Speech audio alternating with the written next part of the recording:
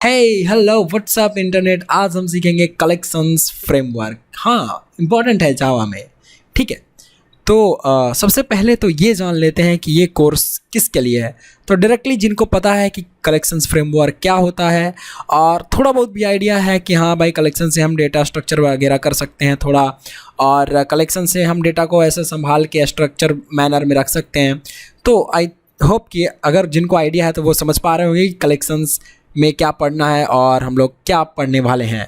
ठीक है, बट कोई बात नहीं, अगर आप नहीं भी जानते हैं, if you are a beginner in Java, तो आपको क्या आना चाहिए। तो कलेक्शंस पढ़ने से पहले आपको आना चाहिए OOPs, object oriented in Java. At least OOPs तक तो अच्छे से आनी चाहिए। एक्सेप्शन हैंडलिंग इतना ज़्यादा नहीं ज़रूरी है, बट वो आपके ऊपर डिपेंड करता है। अगर आप कलेक्शन फ्रेमवर्क पढ़ने के बाद एक्सेप्शन हैंडलिंग पढ़ते हो तो बहुत अच्छी बात है, सोने पे सुहागा, the cherry on cake, simple. Okay, तो हाँ, ये कलेक्शंस क्या ज़रूरी है। उप्स, अगर आपको उप्स आता है तब देखिए पूरा क्लियर हो जाएगा। अगर आपको उप्स नहीं आता है थोड़ा सा दिक्कत होगा, बहुत थोड़ा सा भी नहीं, थोड़ा सा ज़्यादा वाला दिक्कत होगा। तो ये अच्छा है कि आप एक बार उप्स पढ़ लें जावा में, उप्स तक अच्छे से पढ़ लें। एटलीस्ट उप्स के कॉन्सेप्ट को एकदम बिल्कुल अच्छे से ग्रैब करना है। ओके, अब अच्छे से ग्रैब करने का ये मतलब है नहीं कि आप 2-3 महीने लगा दीजिए उप्स पढ़ने में। नहीं, अगर आपको उप्स के कॉन्सेप्ट 60, 70, 80% भी आइडिया लग जाते हैं कि यहाँ पे ये काम हो रहा है, वहाँ पे इनहेरिटेंस हो रही होगी, वो इंटरफेस इसको ऐसे ऐसे काम कर रहा होगा, वहाँ पे मेथड्स होंगे, तो अगर ये सब आइडिया लग जाता है तो I welcome to you guys in this course. So अब हम लोग स्टार्ट करेंगे कलेक्शंस फ्रेमवर्क। आइए सीखते हैं कलेक्शंस फ्रेमवर्क साथ में। ओके, तो इसके लिए मैं एक बात और, मैं आपको नोट्स भी दूंगा। ये नोट्स जो है अभी बन रहा है, ठीक है, तो ये नोट्स भी आपको मिलेगा डिस्क्रिप्शन में, लिंक आप देख लेना, वहाँ पे लिंक डला रहेगा नोट्स का, और डाउनलोड कर लेना। ये नोट्स भी आपको बहुत काम आने वाला है। हम क्या यूज करेंगे, सबसे पहले मैं IntelliJ IDEA, one of my favourite Java ID. आप अपना कोई भी आईडी चुन सकते हैं अपना सीखने के लिए। ठीक है, इधर आप इसको विजुअल स्टूडियो कोड से भी डायरेक्टली सीख सकते हैं। आप आईडी ये आप इंटेलिज आइडिया, नेटबीन्स, आप इक्लिप्स सीखिए, आप STS पे सीखिए, कहीं भी सीखिए, but don't use that old notepad plus plus और नोटपैड। उसको छोड़िए यार, नए चीज़ों को अपनाइए, प्रोजेक्ट बनाना सीखिए, अच्छा लगेगा। चलिए, तो अब मैं बात करता हूँ आपसे कि ओके, तो इसके लिए मुझे ज़रूरी पड़ेगी कुछ और समझाने के लिए भाई, पेंट की। ओके, मैं पेंट भी खोल लेता हूँ, बहुत सारी चीज़ें मेरे को समझानी पड़ेंगी। ओके फाइन, सो मैं बात करता हूँ आपसे डेटा के बारे में। सबसे पहले क्या हम पढ़ने वाले हैं, कलेक्शंस। तो मैंने आपको बता दिया कलेक्शंस इन जावा, ठीक है, या कलेक्शन फ्रेमवर्क ऐसे बोल दो, कलेक्शन फ्रेमवर्क, ठीक है, इन जावा। तो ये समझना आप ध्यान से, इसको पढ़ने से पहले आपको क्या आना चाहिए, उप्स, जावा का उप्स का कॉन्सेप्ट अच्छे से आना चाहिए। ठीक है, एटलीस्ट 60-70%। अगर आप बहुत ज़्यादा एक्सपर्ट नहीं हो फिर भी अच्छे से थोड़ा सा दिमाग लगना चाहिए, हाँ यार, कि उप्स में ऐसा ऐसे चीज़ें होती हैं। ओके, द डिस्क्लेमर, अगर आप कोई ऐसे स्टूडेंट हैं या ऐसे कोई जावा, अगर आप ऐसे कोई एम्प्लॉई देख रहे हैं इस वीडियो को कलेक्शन फ्रेमवर्क का सीखने के लिए, अगर आप ऐसा ढूंढना चाहते हैं कि भाई 1-2 घंटे में क्यों मैं नहीं करवा रहा, अगर ऐसा आप कमेंट करने वाला है तो प्लीज़ आप मत कीजिए, और अच्छा है आप इस वीडियो को मत देखिए। मैं वैसा वीडियो, ये वैसा कोर्स नहीं है, फुल फ्लेजेड कोर्स है, जो बिगिनर के लिए भी है, जो इंटरमीडिएट के लिए भी है, जो एडवांस वालों के लिए भी है, सब के लिए। तो कोई भी इसको सीख सकता है। और मैं ये नहीं चाहता कि 1 घंटे में कलेक्शन फ्रेमवर्क पढ़ाऊँ, थोड़ा थोड़ा चीज़ें बताऊँ और बाकी सारी चीज़ें छोड़ दूँ। इसलिए मैंने ये पूरा कोर्स इसीलिए लंबा बनाया गया है, जानबूझ के बनाया गया है, ताकि एक एक चीज़ शुरू से लेके अंत तक ख़त्म हो जाए कलेक्शंस में, आपको दोबारा कहीं और जाने की ज़रूरत ना पड़े। तो अपना लैपटॉप ऑन कीजिए और पेन लीजिए, कॉपी लीजिए और मस्त बैठ जाइए। ठीक है, पानी लेके बैठ जाइए, चाय लेके बैठ जाइए, जो भी आपको लेना है। फाइन, सो हम बात करते हैं कलेक्शंस फ्रेमवर्क इन जावा के बारे में। देखो, ये कलेक्शन फ्रेमवर्क जावा के JDK जब वर्जन होता है, मतलब जावा, अब कोई भी सॉफ्टवेयर है, कोई भी एप्लीकेशन है तो उसके वर्जन निकलते हैं, है ना। तो जावा भी वैसी तरीके से अपडेट होते रहता है, इनके डेवलपर्स अपडेट करते रहते होंगे। तो 1.2 जब जावा JDK आया था तब ये इंट्रोड्यूस हुआ था। ओके, तो इंट्रोड्यूस्ड मैं ऐसा लिख सकता हूँ ना, हाँ, कि भाई कब इंट्रोड्यूस हुआ था, इंट्रोड्यूस्ड इन जावा और जस्ट राइट JDK 1.2। ओके, तो भैया हमें एक चीज़ पता चला किसके बारे में, इस कलेक्शन फ्रेमवर्क के बारे में। और मैं इसको और सजा देता हूँ थोड़ा सा, ताकि दिखने में हमको ये थोड़ा सा बस अच्छा लगे, ऐसे कर देता हूँ यार, ठीक है। और चलो फाइन, तो इंट्रोड्यूस्ड इन JDK 1.2, जावा के 1.2 वर्जन में JDK जब आया था तब ये आया था। ऐसा नहीं था कि पहले से इसका कॉन्सेप्ट नहीं था, जावा में था, बट कुछ चीज़ें थी और कुछ चीज़ें नहीं भी थी। वो मैं आपको आगे एक्सप्लेन करूँगा मैं क्या कहने की कोशिश कर रहा हूँ, so don't worry about it. हाँ, तो अब हम बात करते हैं। ओके, मुझे एक बात बताइए, आप डेटा से क्या समझते हैं? मैं बात करता हूँ सिर्फ डेटा ये शब्द का, ठीक है, इसका मतलब आप क्या समझते हैं? डेटा, अगर मैंने ऐसे सिंपल लिख दिया डेटा एंड मैंने बोला आपको एक्सप्लेन करो, क्या आप समझाएंगे? तो आप बोलोगे कि भाई कोई भी raw piece of information simply known as data, right? भैया कोई भी रॉ इन्फॉर्मेशन डेटा ही तो होती है। बिल्कुल, आप बिल्कुल सही हो। तो जैसे एक स्टूडेंट का डेटा है, ठीक है, स्टूडेंट, ओके, स्टूडेंट डेटा क्या क्या हो सकता है कि स्टूडेंट का डेटा?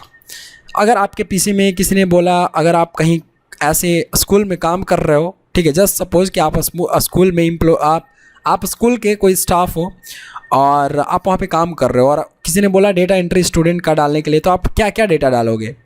तो हो सकता है आप स्टूडेंट का नाम डालो, उसका एज डालो, उसका रोल नंबर डालो, है ना, ऐसा हो सकता है, उसका क्लास डालो, और क्या क्या और ऐसे देखोगे तो बहुत सारी चीज़ें और हो सकती हैं, ठीक है। तो ये एक स्टूडेंट डेटा को डिफाइन कर रहा है, ठीक है, बता रहा है कि भैया स्टूडेंट का डेटा है। उसी तरीके से कोई एम्प्लॉई है तो एम्प्लॉई का नेम, उसका आईडी, उसका सैलरी, उसका एड्रेस, उसका कॉन्टैक्ट डिटेल्स, ये सब क्या हुए? स्टूडेंट के, वो स्टूडेंट का डेटा था, ये एम्प्लॉई के डेटा हुए जो मैंने बताया, ठीक है।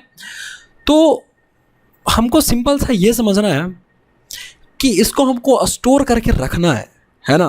क्यों रखना है? सबसे पहले तो ये समझते हैं कि हमको इसको रखना है, और हम लोग डेटा क्यों रखते हैं। तो डेटा हम लोग, अरे भाई सिंपल, आप घर में चावल क्यों रखते हो?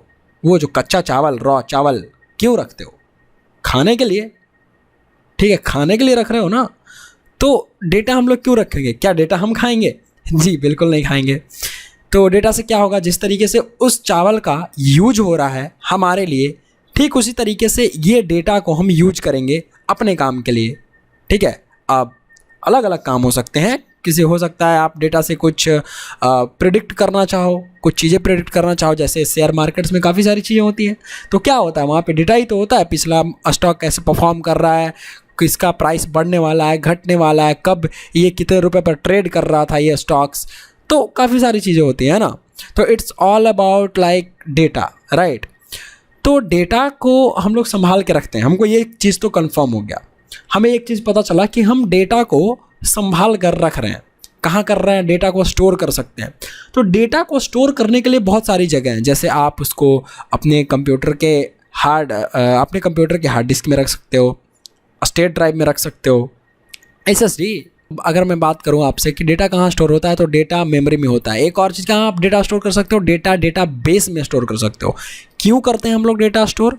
क्योंकि हमको उसका यूज करना है। एक और प्रैक्टिकल सिनेरियो समझते हैं कि भाई आपको बनाना है फेसबुक जैसा एप्लीकेशन। मज़ा आ रहा है सुन के? फेसबुक जैसा एप्लीकेशन, अब क्या करोगे? तो आपने बोला भाई मैं फेसबुक जैसा एप्लीकेशन तो बना दूंगा। मान लो आपको इतना आता है, एंड्रॉयड ऐप डेवलपमेंट आपको इतना आता है, ओके। अब आप आए, ठीक है, अपने दोस्त के पास गए, अब दोस्त से पूछे कि भाई मैं फेसबुक जैसा एप्लीकेशन बना दूंगा, लेकिन दिक्कत ये है कि मेरे को डेटा स्टोर करना नहीं आता, मैं कहाँ रखूँ, कैसे रखूँ? तो आपका दोस्त XYZ, लेट्स से राहुल, जो बहुत इंटेलिजेंट है, ठीक है, ओके, सो हे, अगर कोई राहुल देख रहे हैं तो आप प्लीज़ कमेंट कीजिए, okay, it's a compliment for you, okay. तो आप गए राहुल के पास जो बहुत ज़्यादा इंटेलिजेंट है टेक फील्ड में, और उससे पूछा कि भाई मेरे को एप्लीकेशन बनाना आता है, बट मेरे को डेटा को सेव करवाना नहीं आता, मैं डेटा को कहाँ स्टोर करूँ ये नहीं आता, क्योंकि मैं फेसबुक जैसा एप्लीकेशन बना तो दूंगा, लेकिन जैसे हमको एक आईडी मिलता है फेसबुक में, हमको यूज़र नेम मिलता है, हम अपना पासवर्ड अपना ईमेल आईडी से लॉगिन कर लेते हैं, पोस्ट शेयर करते हैं, कमेंट कर रहे होते हैं, और क्या कर रहे होते हैं और काफ़ी सारी एक्शंस हम परफॉर्म कर रहे होते हैं। तो कैसे होता है? डेटा से ही तो होता है। हमारा डेटा स्टोर तो होता है ना, हमारा किया हुआ कमेंट, हमारा किया हुआ लाइक, हमारा शेयर किया हुआ फ़ोटोज़, हमारी शेयर की हुई वीडियोज़, चाहे यूट्यूब पे, फेसबुक पे, इंस्टाग्राम में, कहाँ आखिर कहीं तो स्टोर होते होंगे। तो वो कहाँ स्टोर हो रहे हैं? डेटाबेस में। तो राहुल ने आपको बताया कि भाई तुम फेसबुक जैसा एप्लीकेशन बना लो, कोई दिक्कत नहीं है, लेकिन तुम कोई डेटाबेस यूज कर लो, है ना। उसने आपको बताया कि कोई डेटाबेस यूज करो। अब ये डेटाबेस क्या, किस चिड़िया का नाम है यार? कुछ नहीं यार, मतलब ऐसा समझो कि डब्बा है, ठीक है। अब उस डब्बे में आपको सामान रखना है। जैसे चावल का एग्जाम्पल मैंने दिया था, तो वो समझो वो चावल कहीं रखना है, तो जिस डब्बे में रखोगे, सिंपल सा उसको बोल दो यार कि वो डेटाबेस है, ठीक है। तो वो जो डब्बा है, ठीक है, वो कंटेनर है, कंटेनर की तरह एक्ट करेगा। कौन? तुम्हारा भाई डेटाबेस। और कौन? तो हमको क्या क्या स्टोर करवाना था? आपको क्या क्या स्टोर करवाना था? आपने बोला कि मैं फेसबुक जैसा एप्लीकेशन बनाऊंगा। किसके जैसा? फेसबुक जैसा। आप क्या क्या ले सकते हो उससे? नेम, और लेट्स से ऐसे फर्स्ट नेम होता है ना, फर्स्ट नेम, लास्ट नेम, और क्या आपको रखना था? ईमेल आईडी, और क्या? पासवर्ड भी रखोगे तब तो लॉगिन करवा पाओगे आगे, बिल्कुल। उसके बाद और क्या रख सकते हो? फ्रेंड लिस्ट, है ना, और काफ़ी सारे ऐसे डेटा, ठीक है। उसके फोटोज, उसके वीडियो जो डालेगा, ठीक है, एटसेट्रा यार, बहुत सारी चीज़ें हैं, है ना। तो अब ये सब को आपको स्टोर करवाना था। कहाँ स्टोर करवाना था भाई? कहाँ बताओ मुझे। इन सब को कहाँ स्टोर मैंने करवाने के लिए बताया आपको? ये तो हमारा ऐप है, ठीक है, इसको मैं लिख देता हूँ सिंपल सा, आवर ऐप, ठीक है, आवर ऐप या data, okay, it is what? It is data. तो ये डेटा को आपको कहाँ स्टोर करवाना है, मैंने अभी आपको बताया। अभी इसको थोड़ी देर के लिए भूल जाओ कि ये हमारा ऐप बीच में है, हम इसको डायरेक्टली यहाँ पे यूज कर ले रहे हैं, ओके, समझाने के लिए। और फाइन, ये आपका है डेटाबेस। कौन है ये डेटाबेस है। तो राहुल ने आपको बताया कि आपको क्या यूज करना चाहिए? डेटाबेस यूज करना चाहिए। बहुत सारे डेटाबेस आते हैं, आपको क्या यूज करना है आपको अपने तरीके से देखना होगा, है ना। जैसे माई सीक्वल हो गया, ये डेटाबेस का नाम है। जैसे जावा प्रोग्रामिंग लैंग्वेज का नाम है, उसी तरीके से माई सीक्वल एक डेटाबेस का नाम है, पोस्टग्रेसक्यूएल एक डेटाबेस का नाम है, ओरेकल एक डेटाबेस का नाम है। तो ये सब डेटाबेस हैं, ठीक है। अब डेटाबेस में आपको स्टोर करवाना है। उसने ये बोला क्यों स्टोर करवाना है, मैंने आपको बताया था कहाँ कि हम लोग चावल क्यों रखते हैं? खाने के लिए। तो डेटाबेस क्यों रखेंगे? ताकि जो भी कोई बंदा इसमें लॉगिन करे तो उसमें क्या क्या यूज होगा, समझो, ध्यान से समझना आप। लॉगिन करने पर क्या यूज होगा? तो लॉगिन करने पर ईमेल आईडी मान लो आप यूज करवाना चाहते हो, ठीक है, लॉगिन के लिए, और पासवर्ड यूज करवाना चाहते हो। अपने ऐप में क्या यूज करवाना चाहते हो? एक यहाँ से क्या यूज करवाना चाहते हो? Email ID, password.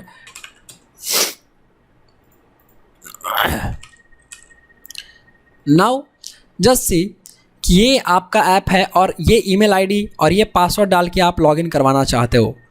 तो वो ईमेल आईडी और वो पासवर्ड आखिर कहीं पर होगा, तब तो आप ऑथेंटिकेट करोगे, राइट, समझ रहे हो। जैसे मेरा फोटो कहीं होगा तब तो मुझे पहचान पाओगे कि this is Ankit Arya Sam. आपका फ़ोटो कहीं पर होगा तब तो आपके कोई फ्रेंड्स पहचान सकेंगे। आपका इमेज, आपकी शक्ल का इमेज उनके माइंड में छपा हुआ है, अभी रोज़ देख रहे हैं ऐसे लाइव, तो हाँ भैया आप ही राहुल हो, आप ही अमित हो, आप ही अंकित हो, ठीक है, आप ही राकेश हो, आप ही शुभम हो। सॉरी, मैं सबका नाम नहीं ले सकता। फाइन, तो इसको भी ऑथेंटिकेट करवाना है। तो कैसे ऑथेंटिकेट करवाओगे भाई? तो ईमेल आईडी और पासवर्ड से, ठीक है। तो ये ईमेल आईडी और पासवर्ड कहीं स्टोर होना चाहिए पहले से, तब तो आप मैच करवाओगे कि हाँ ये वही आदमी है जिसका ईमेल आईडी ये है और इसका ईमेल आईडी ये पासवर्ड ये है और इसकी फ़ोटोज़ हैं, इसके कुछ वीडियोज़ हैं, ये 10 वीडियोज़ हैं, ये 5 फ़ोटोज़ हैं, उसका फर्स्ट नेम अंकित है, लास्ट नेम आर्या सैम है, ओके, लास्ट नेम कुमार है। तो ये ऑथेंटिकेट आपको करवाना है, राइट, समझ रहे हो। तो आपने क्या, सबसे पहले तो डेटाबेस में स्टोर करना होगा। तो ठीक है, आपने कहा ठीक है वो भी हो जाएगा, ठीक है, मतलब मैं समझ गया कि भैया हमको एक काम करना है कि डेटाबेस में स्टोर करवाना है। तो भाई ठीक है, एक तरीका क्या है? अब डेटाबेस में स्टोर करवाने के क्या तरीके हो सकते हैं कि भाई एक क्वेरी लिखो। अब डेटाबेस के लिए, अब क्वेरी के लिए जाओगे, डेटाबेस ये अलग अलग इंजीनियर आएंगे, ठीक है, किसके लिए? इस डेटाबेस में स्टोर करवाने के लिए आपको डेटाबेस सीखना पड़ेगा। अगर आप क्वेरी, ओके, तो क्या करना चाहते हो आप? Read and write operation through database means dB, okay, dB queries, okay. भाई आपको रीड एंड राइट ऑपरेशन करवा, रीड का मतलब डेटा को फेच करना, राइट का मतलब डेटा में कुछ चेंजेस करना, कुछ लिखना, उसमें कुछ बदलाव करना, सिंपल सा कुछ सेव करना, तो रीड एंड राइट ऑपरेशन। तो अगर आप ये करोगे, ये तरीका अपनाओगे, ठीक है, तो आपको डेटाबेस भी सीखना पड़ेगा। पर भाई आप हो जावा डेवलपर, आपको तो इतना कुछ, अब क्या क्या सीखे यार, मतलब जावा सीखें, स्प्रिंग फ्रेमवर्क सीखें, कलेक्शन फ्रेमवर्क सीखें, क्या क्या यार सीखे, अब ऊपर से डेटाबेस भी सीखे यार। अरे यार नहीं नहीं, अगर आप जावा डेवलपर हो तो बहुत अच्छी बात है भैया, बहुत बहुत अच्छा है कि आप एक जावा डेवलपर हो, इतनी सारी चीज़ें नहीं सीखनी होती जावा डेवलपर्स को। चलिए, तो हमको ये पता चल गया कि डेटाबेस में हमको सेव करवाना, तो एक ये तरीका है, ये read and right query, direct query एक एक करके हम उसमें राइट करवाएं, ठीक है।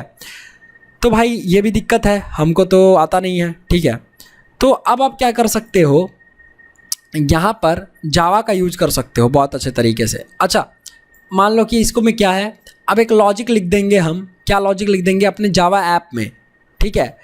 अब एक चीज़ और होता है एडवांस जावा में, जेडीबीसी का यूज कर लो, ठीक है, जेडीबीसी का यूज कर लो या हाइबरनेट का यूज कर लो, क्या किसका यूज कर लो, जेडीबीसी का यूज कर लो या हाइबरनेट का यूज कर लो, ठीक है, किसको, इन दोनों में से कोई एक यूज कर लो। जेडीबीसी भी अगेन अगर आप यूज करोगे तो आपको थोड़ा सा क्वेरीज के बारे में नॉलेज होना चाहिए। हाइबरनेट यूज करोगे तो उतना ज़्यादा आपको नॉलेज नहीं है क्वेरीज के बारे में, कोई डेटाबेस के बारे में, फिर भी आप काम कर सकते हो हाइबरनेट के साथ, ओके। चलिए, तो ये एक तरीका हो गया।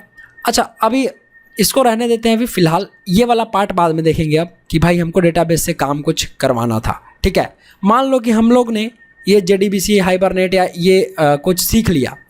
अब हमारा डेटाबेस, ये जो डेटाबेस है, ठीक है, मान लो कि हमने ये वाला पोर्शन सीख लिया, ये हमको आता है, हम ये मान के चलते हैं कि ये हमको आता है, ठीक है, ये जेडीबीसी और हाइबरनेट वाला पोर्शन। मतलब कहने का ये मतलब हुआ, इंसिक्वेंटली मैं ये कहना चाहता हूँ कि मान लो आपको ये भी पता है कि आप डेटाबेस में डेटा स्टोर करवा लोगे, ठीक है।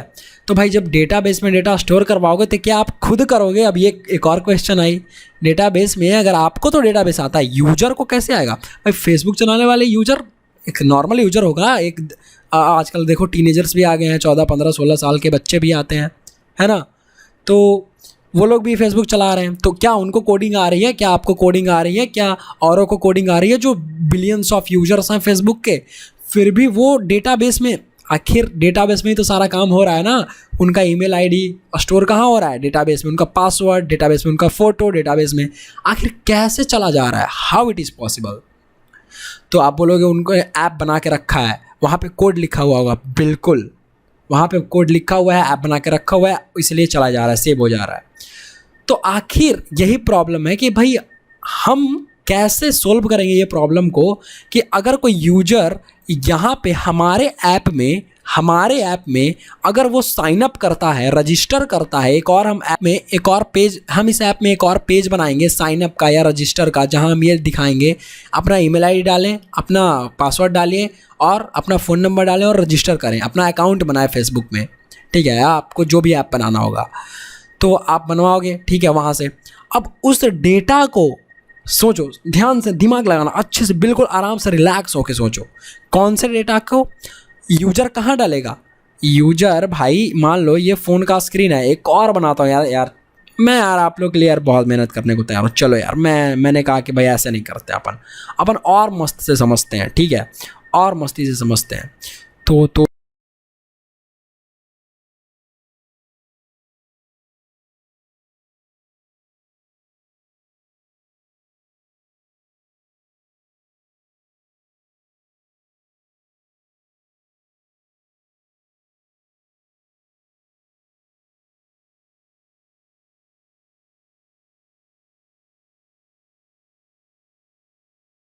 अब आपने रजिस्टर का भी बना दिया, ठीक है।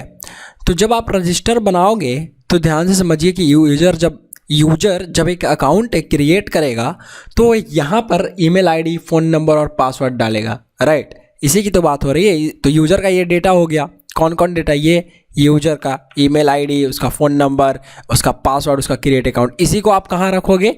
इस डेटाबेस में। तो ये जो डेटाबेस है, ठीक है, यहाँ पे मैंने लिख देता हूँ ऐसे, यहाँ पे अगर कोई डेटाबेस आप यूज करोगे, यहाँ पे कौन कौन सा डेटा जाएगा? ये वाला इसमें जाके सेव हो जाएगा, ठीक है, ईमेल, फ़ोन और ये पासवर्ड भी। और जब यूजर क्रिएट अकाउंट पर क्लिक करेगा तो उसका अकाउंट, ये सब जो डिटेल्स है वो सेव हो जाएंगे। यही चीज़ तो करोगे ना। तो समझो आप ध्यान से कि भाई पहले आपको देखो इसमें हो क्या रहा है, डेटा कहाँ पे स्टोर हो रहा है? फाइनली इस डेटाबेस में। इसको मान लो 2 नंबर देते हैं, यहाँ पे 1 नंबर देते हैं। क्यों? अभी समझाता हूँ। फर्स्ट टाइम 1 नंबर में, यहाँ देखिए फर्स्ट स्टेप में क्या हो रहा है कि जो डेटा रखा है वो कहीं तो स्टोर होगा। वो ये ईमेल है, फ़ोन है, ये पासवर्ड है यहाँ पर। तो जब यूजर अपने फ़ोन में जब तक क्रिएट अकाउंट ऐसे दबाएगा तो वो कहाँ पे जाना चाहिए? वो जाना चाहिए डेटाबेस में, है ना। लेकिन डेटाबेस में जाने से पहले वो जो आपका फ़ोन होगा, ठीक है, आपके फ़ोन के ऐप में ही स्टोर होगा। अब आपका ऐप कहाँ चल रहा होगा? तो आपका ऐप चल रहा होगा आपके रैम में, है ना। रैम मेमोरी में आपका ऐप जो है वो मेमोरी रिजर्व करके रखा होगा।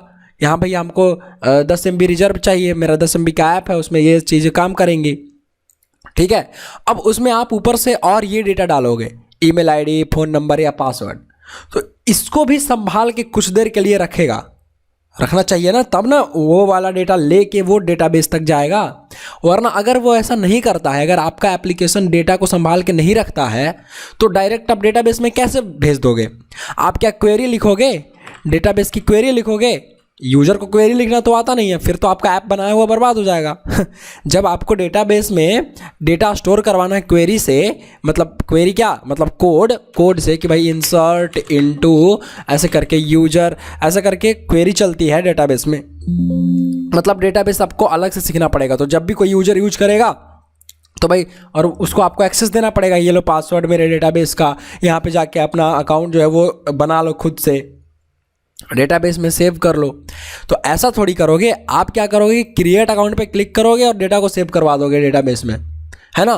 तो जितने देर तक ये ईमेल, ये फ़ोन, ये पासवर्ड आपके ऐप में रहेगा इस क्रिएट अकाउंट के बटन दबाने के बाद, अब वो कैसे एक जगह से ये दूसरे जगह तक डेटाबेस में जाएगा, कैसे जाएगा? ये भी तो प्रॉब्लम हुई। जैसे प्रॉब्लम आ रही है अभी, क्या दिख रही है आपको? क्या दिख रही है कि भाई ये जो डेटाबेस है, ये ईमेल आईडी है, ये फ़ोन नंबर है और ये पासवर्ड जो है, इन तीनों को डेटाबेस तक पहुंचाना है, यही हमारा काम है। तो ये जाएगा कैसे आखिर? क्या ये हवा में ऐसे डायरेक्ट चला जाएगा? नहीं, ये आपके फ़ोन में, आपके ऐप में, आपके कंप्यूटर में, आपका ऐप चाहे जहाँ भी चले, कंप्यूटर में, फ़ोन में, वेबसाइट हो, कुछ भी हो, आपका कोई भी एप्लीकेशन हो, अगर वो डेटा स्टोर कर रहा है तो थोड़ी देर के लिए कहाँ कर रहा होगा? थोड़ी देर के लिए वो डेटा जो है स्टोर कर रहा होगा वो रैम मेमोरी में कर रहा होगा। अब रैम में भी कैसे वो जाएगा एक जगह से दूसरी जगह? तो मान लो ये हमने क्या किया, ये सब डेटा को, इस ईमेल को, इस फ़ोन को, इस पासवर्ड को एक कंटेनर में डाल दिया। ऐसे ये कंटेनर में मान लो ऐसे हमने डाल दिया, ठीक है, ईमेल, फ़ोन, पासवर्ड। अब इसी कंटेनर को हम क्या करेंगे? ले जाके डेटाबेस में दे देंगे, कहेंगे भैया ये लो, देख लो तुम कौन किसके साथ मैच करवाना है, ईमेल, फ़ोन, पासवर्ड, और जाके तुम सेव कर लो। अभी समझ में आया आपको क्या हो रहा है? भाई कहीं तो आपको डेटा स्टोर करना पड़ेगा ना इसमें, कि खाली लिख के छोड़ दोगे। तो जब लिख के छोड़ दोगे तो कैसे पता चलेगा आपके सर्वर को?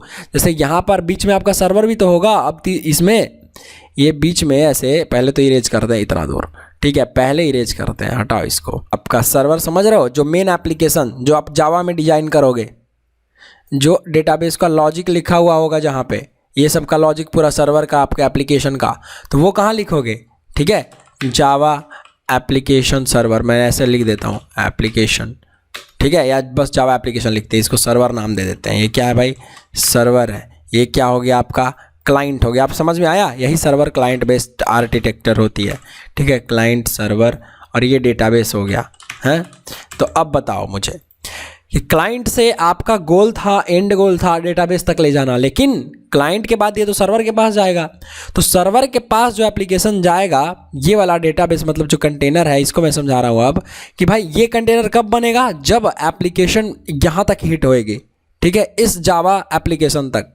तो अब हम क्या करेंगे, इसी डब्बे को, ये जावा एप्लीकेशन जो है आपका जो सर्वर है, ये जो डब्बा बना के एक डब्बे में ये सब रख देगा, ईमेल आईडी, फ़ोन, पासवर्ड, ये सब आपका रख देगा। यही चीज़ हम कहाँ ले जाएंगे, इस डेटाबेस तक ले जाएंगे।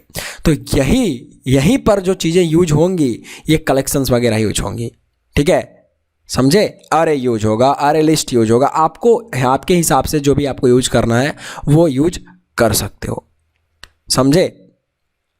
अरे समझ में, जैसे एग्जाम्पल यहाँ पे हम क्या यूज कर सकते हैं, क्या अरे यूज कर सकते हैं। सबसे पहले तो हमको क्या, मान लो आप कहते हो कि हम वेरिएबल यूज करेंगे। वेरिएबल क्यों यूज करते हैं, डेटा होल्ड करने के लिए, डेटा स्टोर करने के लिए, वो भी, लेकिन वो तो एक चीज होता है तब। अब यूजर का सिर्फ एक डेटा नहीं होगा ना, जैसे एक यूजर का क्या क्या डेटा हो सकता है, उसका नाम, उसका फादर नेम, उसका रजिस्टर, उसका यूजर नेम, उसका ईमेल आईडी, उसका पासवर्ड, उसका बहुत सारी चीज़ें हो सकती हैं। तो ऐसे केस में ये बेहतर है कि आप अरे यूज कर लो। अब अरे यूज करोगे तो उसमें क्या होगा, आप एक बार अरे बनाओगे, उसमें जितना मन उतना उसका डेटा डाल दोगे, राइट। लेकिन अब उसमें भी प्रॉब्लम यह है कि उसमें फिक्स्ड सिर्फ और सिर्फ एक, आपने अरे पढ़ा होगा तो आपको पता होगा कि अरे में सिर्फ और सिर्फ एक डेटा टाइप का डेटा जाता है एक टाइम में, होमोजीनियस डेटा जाता है। उसमें हेट्रोजीनियस आप चाहोगे कि मैं उसमें स्ट्रिंग, उसमें इंट, उसमें बुलियन सब एक साथ डाल दूं, तो वो भी पॉसिबल नहीं है। ओके, तो जब ऐसा केस है तो हम क्या करें भाई, तो इसी टाइम में हम लोग क्या यूज करते हैं, कलेक्शन फ्रेमवर्क का जावा में, ठीक है। अरे लिस्ट का, मैप का, सेट का, ऐसा यूज करते हैं। धीरे धीरे मैं बताऊंगा आपको कि हम लोग क्या क्या और पढ़ेंगे और क्या पढ़ रहे होंगे और क्या पढ़ेंगे, सारा कुछ वो तो बताऊंगा मैं, ठीक है, समझे। तो यहां पर सारा डेटा आपका स्टोर हो गया। अब ये डेटा कैसे स्टोर होगा, तो आपको अगर उप्स पता है तो आपको पता है कि जब एक यूजर का ऑब्जेक्ट बनता है तो मेमोरी एलोकेट होती है। तो मान लीजिए क्रिएट बटन पर किसी ने क्लिक कर दिया, इतना डेटा डाल के क्रिएट बटन पर किसी ने क्लिक कर दिया। अब क्रिएट बटन किससे अटैच है, आपके जावा सर्वर में ऐसा कुछ लिखा हुआ है, एक मेथड लिखा हुआ है, लॉजिक लिखा हुआ है जावा एप्लीकेशन में कि जब भी कोई क्रिएट बटन पर क्लिक करे तो क्या करो, एक मेथड रन करवा दो, और मेथड में रन करवाने के बाद वहाँ पे उस मेथड के अंदर आपने कोई ऑब्जेक्ट बना दिया कि मान लो भाई ऐसा कर दो कि स्टूडेंट, ऐसे ऑब्जेक्ट बना दो, student is equal to new student, ठीक है, और ऐसे भी नहीं, डायरेक्ट लिख दो कि भाई न्यू स्टूडेंट, एक ऑब्जेक्ट बना दो, ठीक है। अब जब ऑब्जेक्ट बनाओगे तो क्या होगी, सिंपल सी चीज़ है, जब आप ऑब्जेक्ट बनाओगे तो मेमोरी एलोकेट होगी, किसके लिए, एक स्टूडेंट के लिए। अब एक स्टूडेंट में क्या क्या है, तो मान लो आपने इसके कंस्ट्रक्टर में पास कर दिया वो डेटा, जो भी आपका ईमेल आईडी था abc@gmail.com, है ना। अब यहाँ पे आपने पास कर दिया पासवर्ड, ठीक है, 1 2 3, फिर आपने पासवर्ड पे यहाँ पे पास कर दिया फ़ोन नंबर या पासवर्ड जो भी आपका है, ठीक है। तो ये सब आपने ऐसा कर दिया। तो अब ज़रा ध्यान समझना, जब कोई नया यूजर अकाउंट बनाएगा तब क्या होगा, एक यूजर का ऑब्जेक्ट बनेगा। ऑब्जेक्ट बनने से क्या होती है, मेमोरी एलोकेट होती है। उस ऑब्जेक्ट में आपको याद हो, अगर नहीं पता है तो आप पढ़िए जाके, पहले उप्स पढ़ के आइए, तब आपको और अच्छे से क्लियर होगा, ठीक है। मैं ये रिकमेंड करता हूँ कि अगर आपने उप्स थोड़ा बहुत भी पढ़ा है, 50-60% भी आपको उप्स का नॉलेज है, तो आप पकड़ लोगे मैं क्या कह रहा हूँ। तो ऑब्जेक्ट बनता है तो मेमोरी एलोकेट होती है, और मेमोरी एलोकेट होती है तो किसके लिए होगी, उस क्लास के लिए। तो हमारा कौन सा क्लास है, मान लीजिए कोई स्टूडेंट का लिए हम बनाना, तो स्टूडेंट नाम का क्लास है, तो स्टूडेंट का एक इंस्टेंस क्रिएट हो गया। अब उसमें जितनी भी प्रॉपर्टीज हैं, प्रॉपर्टीज इन द सेंस कि उसमें जो वेरिएबल्स हैं, जो मेथड्स हैं, उनको मेमोरी मिल जाएगी। तो वेरिएबल्स मान लो हमने ले रखा था नेम, हमने ले रखा था क्या क्या बहुत सारी चीज़ें भाई, नेम मान लो, ईमेल आईडी, पासवर्ड, ये सब चीज़ें ले रखा था प्रॉपर्टीज में। तो उसके लिए ऑब्जेक्ट बन गई। अब ऑब्जेक्ट बनी तो हमने वहाँ पे डेटा, ये कौन सा डेटा चला जाएगा, यही सब डेटा, ईमेल, फ़ोन, पासवर्ड, ऐसा चला गया, ठीक है। तो ऑब्जेक्ट बनेगा, किसका ऑब्जेक्ट बनेगा, यही बात है। यहाँ पे ऑब्जेक्ट तो बना, लेकिन किसका बना, और डेटा होता तो मान लो कि एक यूजर का ढेर सारा चीज़ होता। और ज़्यादा इसमें डिटेल्स आपको भरने होते, तब क्या करते? तो वैसे में हम ही लोग क्या यूज करेंगे, कलेक्शन फ्रेमवर्क के लिखे गए जो क्लासेज हैं उनका यूज करेंगे। इंप्लीमेंटिंग क्लासेज कलेक्शन फ्रेमवर्क में बताऊंगा आगे कि और क्या क्या यूज कर सकते हैं। जैसे आपको अगर same kind of data store करवाना रहता तो आप अरे यूज करते, है ना। अरे क्या करता है कि एक ही जैसा डेटा स्टोर करवाता है, एक ही डेटा टाइप का, मतलब स्ट्रिंग है तो स्ट्रिंग, ठीक है। तो मान लो आपको फ्रेंड लिस्ट करना है, फ्रेंड का लिस्ट बनाना है, तो आप क्या लिख देते भाई, एक अरे बनाते, मान लो कोई नाम का कि भाई फ्रेंड, ठीक है, फ्रेंड लिस्ट। अब इस फ्रेंड लिस्ट में आप क्या क्या कर देते, यहीं पे सबका नाम लिख देते, ठीक है, अंकित, ठीक है, लिखते अमित, ओके, यहीं पे आप सब कुछ नाम यहाँ पे लिख देते अमित, है ना। तो बात ये है कि आपको ऐसा तो करवाना नहीं है। आपका एक डेटा है ईमेल, एक डेटा है स्ट्रिंग है, ईमेल क्या हो जाएगा, स्ट्रिंग हो जाएगा, फ़ोन क्या हो जाएगा, नंबर हो जाएगा, लॉन्ग हो जाएगा, लॉन्ग टाइप का डेटा टाइप, पासवर्ड आपका क्या हो जाएगा, ये भी स्ट्रिंग हो जाएगा। तो अब देखो यहाँ पे डेटा में बदल बदल के चीज़ें हैं, डिफरेंट चीज़ें हैं, डिफरेंट डेटा टाइप्स है। तो इसको अरे में तो होल्ड कर नहीं सकते।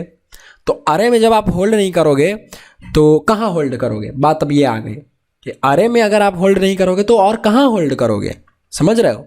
तो अब जब हम एरे में होल्ड नहीं कर पाएंगे तो हमको यूज करना पड़ेगा यही कलेक्शन फ्रेमवर्क जो मैं आपको पढ़ाने वाला हूं। तो ये इसकी इंट्रोडक्शन थी, समझ में आया कलेक्शन फ्रेमवर्क कब यूज करते हैं भाई, ये समझ में आया आपको। ये डेटा कहीं स्टोर होनी चाहिए ना, ईमेल आईडी, फोन, पासवर्ड, कहाँ होगा, अरे में होगा, उसके बाद यहाँ पर डेटाबेस में जाएगा। ऐसा नहीं कि डायरेक्टली चला जाएगा। अब ये अरे कब बनेगा, जब जावा एप्लीकेशन आपका हिट होगा। तो इसीलिए क्लाइंट सर्वर डेटाबेस, ठीक है। तो अगर आप इसको और अच्छे से नाम देना चाहो तो हम 2 इसको बना देंगे और 3 इसको बनाएंगे भाई। ये 3 है हमारा, ठीक है, ये 3 है, 2 नहीं है, इसको मिटा दो, ठीक है। वो तो शुरू में मैंने आपको समझाने के लिए बताया था, बट अभी ये क्या हो गया हमारा, अभी ये 3 थर्ड ये हो गया थर्ड स्टेप। तो जब एक ऑब्जेक्ट बनेगा तो उसको वो मिलेगा, डेटा क्या मिलेगा, मेमोरी मिलेगी। अब मेमोरी मिलेगी तो हम लोग उसको फिर ये सब चीज़ें स्टोर करवाएंगे और स्टोर करवा के डायरेक्ट फिर डेटाबेस में ऐसा लॉजिक लिख देंगे कि जो भी चीज़ें आएंगी वो भाई आप डेटाबेस स्टोर कर लेना। समझ में आया आपको? आई होप कि आपको समझ में आएगा क्यों ज़रूरत पड़ी आखिर कलेक्शन फ्रेमवर्क की। तो भाई अब और थोड़ा सा जानते हैं। ये तो मैंने आपको थोड़ा सा मतलब इंट्रोडक्शन टाइप बताया किस सिनेरियो में यूज होता है। मैं अब आपको बताता हूँ क्यों। देखो जैसे यहाँ पे यही चीज़ तो हो रही है, यहाँ पर भी हम लोग क्या करवा रहे थे, लॉगिन करवा रहे थे ऊपर में भाई, ये यही चीज़ तो है। नीचे में मान लो कि लॉगिन करवाना है, ये सब नाम आपको डालना है, ये सब डेटाबेस, तो ये मैंने आपको बताया था। ये अब मैंने आपको बताया क्रिएट अकाउंट का। अब जरूरी नहीं है कि सिर्फ और सिर्फ क्रिएट अकाउंट में यूज हो, आप लॉग इन, आप लॉग आउट, आप कुछ भी काम करना चाहते हो डेटाबेस में तो आपको ये सब स्टेप्स उठाने पड़ेंगे, है ना। जावा में कुछ कोड करना पड़ेगा। तो जावा में क्या कोड करोगे कि भाई जो डेटा आएगा पहले उसको सर्वर स्टोर करेगा। सर्वर का मतलब क्या, जो जावा आपका एप्लीकेशन है वो स्टोर करेगा। तो जावा एप्लीकेशन कहाँ स्टोर करेगा भाई, कहाँ स्टोर करेगा पहले, आखिर आपका डेटा तो कहाँ हिट होगा, आपका जो सारा डेटा है, सारा डिटेल्स है वो कहाँ जाके हिट होगा, इस जावा एप्लीकेशन में, इस सर्वर में हिट होगा। तो जब ये सर्वर में हिट होगा तो सर्वर को स्टोर करके रखना तो चाहिए। मान लो कि आपको ऐसा समझते हैं कि 3 लोग हो आप, ठीक है, ये अमित है, ठीक है, ये शुभम है, ठीक है, और ये अंकित है, ठीक है, जस्ट एन एग्जांपल। अब अमित को काम ये है कि अमित के पास है क्या है, अमित के पास किताब है, ठीक है, एक बहुत अच्छी किताब है, ठीक है। अमित के पास क्या है, किताब है, बुक है, जो भी आप बोलो, ठीक है, न्यू बुक, ठीक है। अब अंकित को देना है। अब ये जो न्यू बुक है, ठीक है, ये न्यू बुक है और इंटरेस्टिंग बनाते हैं, फिजिक्स का बुक है भाई, फिजिक्स का है, ठीक है। अब अंकित जो है ना उसको फिजिक्स बहुत अच्छा लगता है, ध्यान से समझना, ठीक है, अंकित को फिजिक्स बहुत अच्छा लगता है। तो अमित को बोला कि भाई फिजिक्स का जो नया वाला बुक तुमने लिया है वो मुझे भी देना, मुझे भी पढ़ना है। अब इन तीनों का घर समझो इस तरीके से कि अमित, शुभम और सबका दूर दूर है, ठीक है, मतलब अमित और शुभम का पास में है, फिर अंकित का दूर है, फिर शुभम और अंकित का पास में है तो अमित का दूर हो जा रहा है। अब अंकित को पहुंचाना है तो दूर पड़ रहा है, समझो, अंकित को पहुंचाना है तो दूर पड़ रहा है। तो अब अमित ये कैसे पहुंचाएगा, तो क्या अमित शुभम को किताब दे सकता है, ये फिजिक्स का न्यू बुक? बिल्कुल दे सकता है। अगर अमित जो है वो फिजिक्स का न्यू बुक शुभम को दे देता है और बोलता है कि सुनो एक काम करो, ये जो न्यू वाला किताब है शुभम, तुम इसको आगे अंकित को दे दो, ठीक है, तो आपका काम हो गया। अमित का काम क्या था, किताब फिजिक्स का था, उसको अंकित तक पहुंचाना था, तो इसने गया बीच में शुभम के पास, शुभम को बोला कि भाई शुभम ये लो किताब है, अंकित को दे दो, उसको पढ़ना है, फिजिक्स उसको बहुत अच्छी लगती है। तो शुभम गया अंकित के पास, इसने दे दिया, सिंपल सा काम है, अब पढ़ रहा है। तो ठीक यही सिनेरियो का एग्जांपल है कि आप इसको समझो कि आपका ईमेल था, ठीक है, आपका पासवर्ड था, आपका फ़ोन था, ये सब सारी चीज़ें थी, इसको स्टोर डेटाबेस में करवाना था, ठीक है, फर्स्ट वाले नंबर को थर्ड वाले में। अब इससे पहले आपका स्टोर यहाँ तो होगा इस जावा एप्लीकेशन में, जहाँ होल्ड करोगे, जहाँ लॉजिक लिखी हुई होगी कि हाँ भाई नाम है तो नाम को सेट कर दो, नाम को गेट कर दो, ले आओ ले जाओ, ठीक है। तो नाम जब ले गए यहाँ से एक नंबर से तीसरे नंबर तक, बीच में सर्वर एप्लीकेशन तो चाहिए, तो ये एप्लीकेशन जो है, अब ये एप्लीकेशन क्या करेगा, ये डायरेक्ट ले जाएगा यहाँ पर, ठीक है। तो ये कैसे ले जाएगा आखिर, यहाँ पर ये जो रेड वाला देखो, ये जो रेड वाला बॉक्स है अभी कि सर्वर एप्लीकेशन जो है ये कैसे ले जा रहा है डेटाबेस तक, ठीक है। ये रेड वाला एरिया देखना, तो ये जो रेड वाला एरिया आपको दिख रहा है, रेड जो घूम रहा है, यही क्या है, यही ये वाला एरिया है, ठीक है, ये वाला आपका ऑब्जेक्ट है, ठीक है, ये वाला डेटा है, सारा का सारा डेटा एक बॉक्स में मान लो ऐसे बंद है, ठीक है, इस रेड बॉक्स में। और यहाँ से इस सर्वर के पास गया, सर्वर क्या किया, मतलब डायरेक्टली वो तो सर्वर के पास ही जाएगा। यहाँ पे हम लोग लॉजिक लिख देंगे कि भाई क्रिएट अकाउंट पे जब भी कोई क्लिक करे तो ईमेल आईडी फोन पासवर्ड ये सर्वर को जाके हिट हो जाए। अब सर्वर क्या कर रहा है, यहाँ से ये रेड वाले बॉक्स में सब क्या है, रेड वाले बॉक्स में क्या है आपका, रेड वाले बॉक्स में आपका सारा का सारा डिटेल्स है, ईमेल आईडी फोन पासवर्ड और जो भी आपको चाहते हो। अब ये आराम से गया, ये बॉक्स उड़ते उड़ते उड़ते उड़ते इंटरनेट के थ्रू गया और जाके डेटाबेस में से स्टोर हो गया, ठीक है। तो एक यूजर हमारा बन गया, दोबारा कोई यूजर आया क्लिक किया तो फिर से वही होगा, इनका ईमेल आईडी सारा डेटा कहाँ पे हिट होगा, यहाँ सर्वर एप्लीकेशन में। अब ये रेड वाला पार्ट कहाँ फिर से गया, इस बॉक्स में कैद है, क्या कैद है आपका ईमेल आईडी फोन पासवर्ड, और ये गया डेटाबेस में, यहाँ स्टोर हो गया, इस तरीके से स्टोर हो गया हमारा। तो यहाँ पर आपको कुछ बड़े चीज़ की ज़रूरत है, अरे लिस्ट, ठीक है। अब अरे हम लोग क्यों यूज नहीं करेंगे, क्योंकि भाई ध्यान समझिए, ईमेल स्ट्रिंग, फोन लॉन्ग हो सकता है, आप पासवर्ड अगर ले लेते हैं क्या स्ट्रिंग, तो दो चीज़ें हो गई। तो भाई जब दो चीज़ें हो गई तब तो दिक्कत हो गई, है ना। अब अरे में होमोजेनियस डेटा स्टोर होता है, ठीक है। अब जब अरे आपने पढ़ा होगा तो आपको पता होगा, वैसे मैं बताऊंगा आपको आगे और, ठीक है। तो यहाँ पर हम लोग कलेक्शन फ्रेमवर्क का यूज करेंगे, ये सब दिक्कत थी, समझ में आपको। और भी ज़्यादा फीचर्स थे जो हम अरे में नहीं कर सकते थे, वो फीचर्स कहाँ अवेलेबल है, कलेक्शन में, तो वहाँ पर करेंगे, ठीक है। अब कलेक्शन का फ़ायदा क्या है, तो कलेक्शन का फ़ायदा ये है कि डेटा जो भी स्टोर हम करवाएंगे वो स्ट्रक्चर्ड मैनर में करवाएंगे। जैसे डेटा स्ट्रक्चर का नाम आपने सुना है, जैसे तो डेटा स्ट्रक्चर का सिंपल सा मतलब होता है कि भाई डेटा स्ट्रक्चर हम तो वहाँ यूज करते हैं, ठीक है, डेटा स्ट्रक्चर हम वहाँ यूज करते हैं जहाँ पर हमारा मेमोरी कम से कम यूज हो और हमको इफिशियंसी, हमको प्रोडक्टिविटी ज़्यादा से ज़्यादा मिले, ठीक है। तो यहाँ पे मैं लिख देता हूँ less memory, okay, and less memory more productivity, ठीक है, ऐसे लिख दो, प्रोडक्टिविटी, ठीक है, लेस मेमोरी और मोर प्रोडक्टिविटी। तो ये डेटा स्ट्रक्चर का काम होता है। तो कलेक्शन क्या यूज करता है, डेटा स्ट्रक्चर अंदर यूज करता है, इंटरनली वो डेटा स्ट्रक्चर्स का यूज करता है। अब डेटा स्ट्रक्चर आप बोलोगे क्या होता है, तो वो सब आपको बहुत ज़्यादा जानने की जरूरत नहीं है। लीनियर डेटा स्ट्रक्चर होते हैं, नॉन लीनियर डेटा स्ट्रक्चर होता है, वो सब डेटा स्ट्रक्चर का अलग पार्ट है, वो सब हम यहाँ पे नहीं कवर कर रहे हैं। डेटा स्ट्रक्चर कैसे पूरा इंटरनली काम करता है, हमको कलेक्शंस पढ़ना है। कलेक्शन किसको यूज करता है इंटरनली, यही डेटा स्ट्रक्चर को यूज करता है, मतलब कम से कम मेमोरी का यूज करके वो ज़्यादा से ज़्यादा प्रोडक्टिविटी आपको देने की कोशिश करता है। और हमारा एंड गोल भी यही होता है, क्योंकि जब भी आप कोई ऐसा बनाओ तो आप ये नहीं चाहोगे कि मेरा जो मेमोरी है वो वेस्ट हो जाए, क्योंकि भाई मेमोरी के भी पैसे लगते हैं। जब आप इसको डिप्लॉय करोगे, एप्लीकेशन बना के जब आप इसको रन करोगे किसी लाइव सर्वर पे, जैसे फ्लिपकार्ट है, अमेजॉन है, या कोई भी एप्लीकेशन एंड्रॉयड आप बना के यहाँ पे जाके रख दे रहे हो, तो कहीं आपको सर्वर खरीदना पड़ेगा, तो वहाँ पे मेमोरी के पैसे देने पड़ेंगे आपको। तो आप यही चाहोगे कि भाई मेमोरी कम यूज हो और प्रोडक्टिविटी बहुत हो, अच्छी हो, तेज जाए, रीड राइट ऑपरेशन जो हो हमारे डेटाबेस में बहुत अच्छे से हो, पूरा तेज हो, ठीक है, मेरा सर्वर बहुत फास्ट काम करे। तो कम मेमोरी यूज होगा तो सर्वर अच्छे से काम करेगा, है ना। जैसे मान लो आपका 4 GB का रैम है, आप उसमें 3.5 GB तक खचाखच भर दे रहे हो, तो 3.5 GB तक अगर आप कुछ एप्लीकेशन वगैरह यूज कर रहे हो तो थोड़ा बहुत फंसेगा तो, है ना। उतना अगर फुल कर दोगे तो दिक्कत होगी रैम को, वही बात है यहाँ पर भी। तो कलेक्शन इंटरनली किसको यूज करता है? डेटा स्ट्रक्चर को। ठीक है, क्यों? क्योंकि हम यही चाहते हैं कि भाई डेटा जो है हमारा स्ट्रक्चर्ड वे में सेव हो जाए जाके, और स्ट्रक्चर्ड वे में रहे, डेटा स्ट्रक्चर यूज करता है। तो इसीलिए हम लोग कलेक्शन पढ़ेंगे। यही सब प्रॉब्लम्स जो थी यहाँ पे, ये कैसे ले जाएंगे एक जगह से दूसरी जगह। अरे में तो पॉसिबल है नहीं, अरे में सिर्फ एक काइंड ऑफ डेटा पॉसिबल है, तो खाली स्ट्रिंग रहेगा तो आप खाली स्ट्रिंग जो है वो भेज सकते हो, लेकिन स्ट्रिंग के साथ इंट रहेगा, कुछ लॉन्ग रहेगा, कुछ जैसे एग्जांपल है एम्प्लॉई का, तो एम्प्लॉई का अगर एग्जांपल हो तो नेम स्ट्रिंग हो गया, उसका एज या बाइट ले लो या इंट ले लो, ठीक है, उसका सैलरी डबल ले सकते हो। तो भाई जब डबल सैलरी होएगी, डबल डेटा टाइप आपने पढ़ा होगा जावा में, तो डबल सैलरी, अब वो सब चीज़ें एक साथ कैसे स्टोर होगी एरे में? एरे में ये सब चीज़ें एक साथ स्टोर नहीं होती, तो ये दिक्कत थी। लेकिन कलेक्शन में हम लोग ऐसा कर सकते हैं, हेट्रोजीनियस डेटा स्टोर करवा सकते हैं। अब दूसरा एक और प्रॉब्लम था कि अरे अगर आपने बना दिया, ठीक है, अरे को अगर आपने बना दिया भाई, उसका साइज डिक्लेयर कर दिया बनाते टाइम कि भाई 5, ठीक है, तो अब वो अरे जो है, पहले 1 मिनट में काम करता हूं,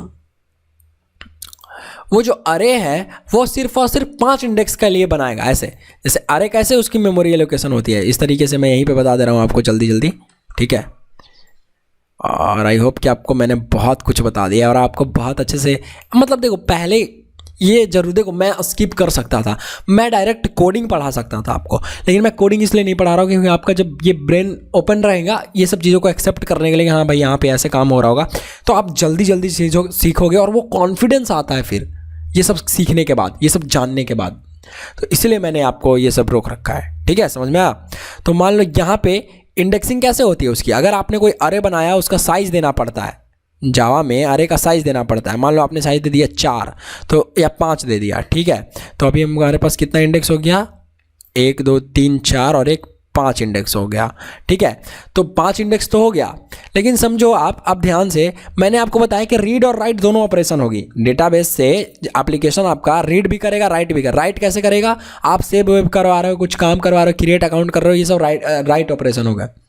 रीड ऑपरेशन कैसे होगा कि मान लो भाई आप क्या कर रहे हो, आप लॉगिन करवा रहे हो, ठीक है, तो लॉगिन करवा रहे हो तो खाली चेक होगा ना कि आपका सर्वर को आप भेजोगे क्या, एक ईमेल आईडी और एक पासवर्ड। ये लॉगिन वाला ऐप है, आपके सर्वर को फिर से यहाँ बीच में सर्वर आ जाएगा, ठीक है, ये सर्वर आ गया यहाँ पे, ठीक है, सर्वर तो ज़रूरी है, डायरेक्ट तो आप लॉजिक लिखोगे नहीं, ठीक है। अब ये सर्वर क्या करेगा, ये ईमेल आईडी और ये पासवर्ड को ऐसे होल्ड करेगा अपने पास, ठीक है, उसी तरीके से ऑब्जेक्ट बना के, और या जिस तरीके से आप लॉजिक लिखो, तो सर्वर मतलब स्टोर कर रहा है, तो सर्वर कहाँ स्टोर करेगा, कहीं तो स्टोर करना चाहिए। अब ये ईमेल आईडी और पासवर्ड फिर सर्वर क्या करेगा, इस डेटाबेस में से चेक करवाएगा, ठीक है, कि भाई देखो तो ये इस नाम का ईमेल आईडी और पासवर्ड है क्या, अगर है तो ट्रू रिटर्न करो, और ईमेल आईडी इसको लॉगिन करके दे दो, इस ईमेल आईडी और पासवर्ड के अकाउंट को लॉगिन करके दे दो, लॉगिन हो जाएगा।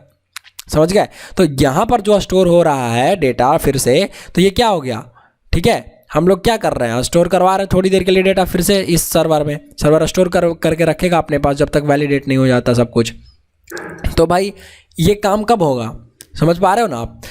तो मान लो कि आपने क्या किया, अब आप एक और एप्लीकेशन बना रहे हो जहाँ पे आपको प्रोडक्ट्स दिखाने, जैसे फ्लिपकार्ट देखो या अमेजन देखो, उसमें आप कुछ सर्च करो, आपने सर्च किया फ़ोन्स, स्मार्टफोन्स, ढेर सारे फ़ोन्स आ गए। कैसे? तो भाई डेटाबेस में ऑलरेडी ढेर सारे फ़ोन्स पहले से उपलब्ध हैं, पहले से डेटाबेस में बहुत सारा फ़ोन वहाँ पे है, ठीक है, मान लो लाखों है। अब लाखों जो फ़ोन है या 10,000 फ़ोन, 20,000 लाख फ़ोन जो भी है, मान लो ये सब फ़ोन्स हैं, डेटा है, काफ़ी सारा डेटा है, मैंने ऐसा बना दिया इसको, I am bad at designing, मैंने आपको पहले बताया। मान लो ये सब ढेर सारे फ़ोन्स हैं। अब इस डेटाबेस से आपका गोल है कि यहाँ तक जाने के लिए, जैसे किताब वाला एग्जाम्पल मैंने आपको बताया कि भाई अमित को अंकित को देना। अब अंकित क्या करेगा, पढ़ लिया किताब, तो अंकित को अब किसको देना है, अमित को। तो कैसे देगा, तो डायरेक्टली तो देगा नहीं, फिर से बहुत दूर घर है, तो शुभम को देगा, ठीक है, शुभम को देगा यहाँ से, ठीक है, अंकित शुभम को दिया, शुभम किसको दे देगा, अमित को दे देगा, बोलेगा कि लो भाई किताब अपना, अंकित ने वापस कर दिया। तो ठीक उसी तरीके से यहाँ पर भी हम क्या कर रहे होंगे कि डेटाबेस है आपका, अब डेटाबेस से सर्वर के पास जाएगा, अब सर्वर में थोड़ा सा डेटा स्टोर हो जाएगा, जो भी डेटा इसमें आएंगे फ़ोन्स के, मान लो 10 फ़ोन्स के आए, अब ये 10 फ़ोन्स का फिर यहाँ पे आपको दिख जाएगा इस एरिए पे, मतलब जो भी आपका पेज होगा, ठीक है, जो भी आपका वेबसाइट होगा, जो भी आपका एंड्रॉयड होगा। समझ में आया? तो ये जो सर्वर में जो डेटा स्टोर हो रहा होगा, ये क्या हो गया, फिर से यहाँ पे डेटा स्टोर हुआ, ये वाला डेटा जो यहाँ से निकल रहा था फेच, ठीक है। तो डेटा यहाँ से यहाँ पे गया, समझ गए। तो ये जो डेटा इधर से उधर एक जगह से दूसरे जगह से ट्रांसफ़र हो रही है, ये सब तो कैसे आखिर पॉसिबल है, कहाँ पॉसिबल है। मान लो अरे में आप बना के रखोगे तो अरे में क्या है, अरे में इंडेक्स फिक्स है कि भाई कितना है अरे के लिए, 1 2 3 4 5, ठीक है। लेकिन यहाँ से आ गया 10,000। अब आपको तो पता नहीं है ना, अब आपको जो प्रोग्रामर उसको तो पता नहीं है कि कितना डेटाबेस में डेटा हो सकता है, डेटाबेस में तो लाखों डेटा हो सकता है। तो हम क्या करेंगे, अगर हम 5 लिख दें ऐसे अरे बना दें और 5 बना दें तो सिर्फ 5 फ़ोन का दिखाएगा, सिर्फ 5 फ़ोन दिखाएंगे, वो भी सिर्फ अगर फ़ोन का मान लो प्राइस आपने सेट कर रखा है सैलरी, तब तो दिक्कत हो गई। आपको सबको स्ट्रिंग रखना पड़ेगा या सबको इंट रखना, तो आपकी मर्जी आप क्या रखना चाहते हो, राइट। तो अब अगर आपने वहाँ पे ऐसे बना दिया 5, ठीक है। अरे मेरे देखो यार, मैंने नोट्स भी खोल रखा है, ये जो नोट्स है आपको दिया जाएगा ना, देखो अरे जो है यहाँ पे कहीं एग्जाम्पल, यार क्या बताऊँ मैं आपको, यहाँ पे ये सब मैंने लिख रखा है, आपको पता चलेगा। देखो इस तरीके से हम लोग जो है अरे बना रहे हैं। तो ये 10,000 स्टूडेंट है, ठीक है। यहाँ पे न्यू स्टूडेंट लिखा गया, भाई यहाँ पे न्यू एम्प्लॉई कर लो यार, ठीक है। तो ज़रा समझो, ठीक है। अगर आपने ऐसे लिख दिया एम्प्लॉई, यहाँ मैं ले जाता हूँ, ठीक है, और यहाँ पेस्ट करता हूँ, थोड़ा मैं आपको समझाने की कोशिश करता हूँ। और यहाँ लिखते हैं अपन प्रोडक्ट, ठीक है। ये हमारा प्रोडक्ट हो गया, P = न्यू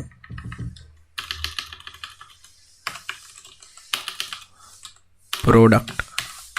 तो ये एक अरे बना, ठीक है। अब जब ये एक अरे बना, ये समझो, मान लो यहाँ पे हमने कर दिया 10। अब ये 10 प्रोडक्ट का अरे बन गया, ठीक है। मतलब 10 साइज सिर्फ सेट हो सकता है प्रोडक्ट P में, ओके। तो भाई जो प्रोडक्ट है ये सिर्फ 10 ही डेटा को स्टोर करवा सकता है। ये P यहाँ पर ये वाला चीज़ है, इसमें 5 और बढ़ा दो तो मतलब 10 को स्टोर करवा सकता है। लेकिन आपके फ़ोन्स तो 10,000 आ रहे थे वहाँ से, तो बाकी के फ़ोन्स कैसे स्टोर होंगे उस टाइम तक, नहीं होंगे, बिल्कुल नहीं होंगे। तो अब आपको क्या यूज करना पड़ेगा, तो यही सब जो प्रॉब्लम थी यार, में fix number of data store होते हैं, तो हमको अनलिमिटेड डेटा कैसे स्टोर करवाना है कि मेमोरी बढ़ती जाए, तो हम यहाँ पर यूज करते हैं कलेक्शंस वगैरह का, ठीक है। कि कलेक्शंस यूज कर लेंगे तो हमारा ये काम भी सॉल्व हो जाएगा। यही सब प्रॉब्लम्स थी जिसको सॉल्व करने के लिए क्या आया, कलेक्शन फ्रेमवर्क। और कब रिलीज हुआ था, कब इंट्रोड्यूस हुआ था, तो जावा के JDK 1.2 में। जब जावा ने JDK 1.2 लॉन्च कर रहा था तब ये सब चीज़ें उसमें फैसिलिटीज़ दी गई थी। और भी काफ़ी सारी फैसिलिटीज हैं, फीचर्स हैं कलेक्शन फ्रेमवर्क की। Got it. इतना कुछ क्लियर हो गया तो आपको आगे सारी चीज़ें समझ में आ जाएंगी, ठीक है। आई होप कि अगर आपने इतना पेशेंस दिखा दिया है तो यार बहुत अच्छी बात है यार, मतलब आप ट्रू लर्नर हो, फिर आप सीखो और आपको सब चीज़ें समझ में आएंगी।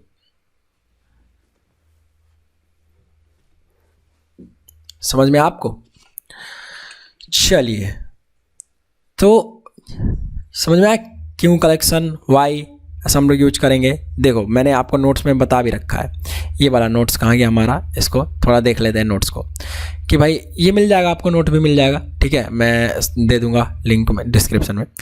एन अरे is a container of object that holds homogeneous, मतलब सेम टाइप ऑफ एलिमेंट्स, ठीक है। तो यहाँ पर सेम टाइप ऑफ एलिमेंट्स हुआ ना कि प्रोडक्ट, तो सिर्फ प्रोडक्ट टाइप का ही डेटा यहाँ पे स्टोर हो सकता है। अगर आपने इंट लिख दिया तो इंट टाइप का डेटा स्टोर हो सकता है। वो भी क्या, वो भी कैसा स्टोर हो सकता है, सिर्फ फिक्स नंबर ऑफ एलिमेंट्स। अगर 10,000 डेटा आ रहा है डेटाबेस से तो वो कितना रख सकता है, सिर्फ जितना आप डिक्लेयर करोगे। 100 रखोगे तो 100, 10 रखोगे तो 10, ऐसा करके। By using array we can store huge number of elements with just single variable. ये तो आपको पता है कि भाई एक वेरिएबल बनाते हैं, जैसे यहाँ पे हमने P बनाया और इसमें ढेर सारे हम एलिमेंट्स रख दे रहे हैं अरे में। ये अरेज आपने पढ़ा होगा। अब देखो इसकी लिमिटेशंस या ड्रॉबैक्स जो भी आप बोलो कि arrays are fixed in size, so we cannot increase और decrease the size of array based on our requirement. कि अरे जो होते हैं भैया साइज में फिक्स होते हैं, अरे ये लिमिटेशन है उसका, ये नहीं कर सकता क्या? अरे तो अरे जब साइज में फिक्स होते हैं कि हमको फिक्स कर देना पड़ता है साइज, तो हम लोग उसको अपने रिक्वायरमेंट के हिसाब से डायरेक्टली साइज घटा बढ़ा नहीं सकते हैं। तो ये दिक्कत वाली बात थी। जैसे मैंने बताया आपको कि 100 आपका 10,000 डेटा आ रहा है, तो 10,000 को कैसे स्टोर करवाओगे अगर आपने सिर्फ 100 का बना के रखा है अरे तो, right. It can hold only homogeneous data type elements. अब बस एक ही टाइप का डेटा टाइप इसमें जा सकता है, दूसरा कुछ जा ही नहीं सकता, ये दिक्कत है। ठीक है, समझ गए? अब आगे बढ़ो यार, यहाँ पे सब एम्प्लॉय या न्यू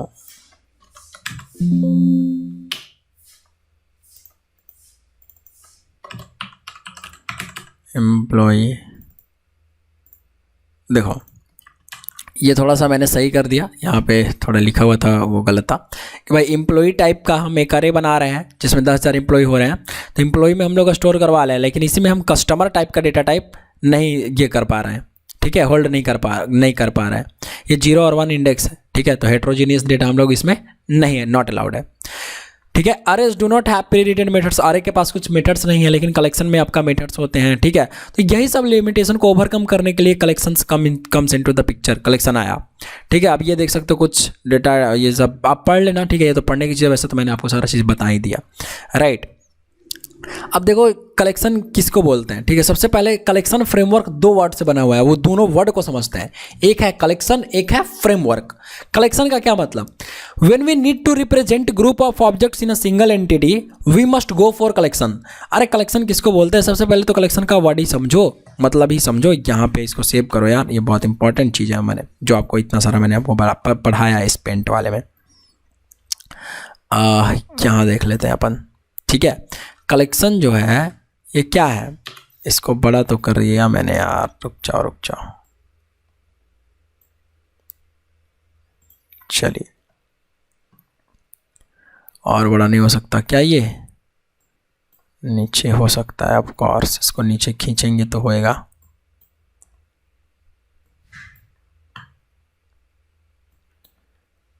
तो कलेक्शन क्या मतलब हुआ कलेक्शन का? जब भी आप कलेक्शन यूज करोगे तो इसका क्या मतलब हुआ? मैंने लिख दिया कलेक्शन। इस वर्ड का क्या मतलब है? कलेक्शन का क्या मतलब हुआ? अरे भाई group of objects, group of groups हो गए ना बेसिकली कलेक्शन।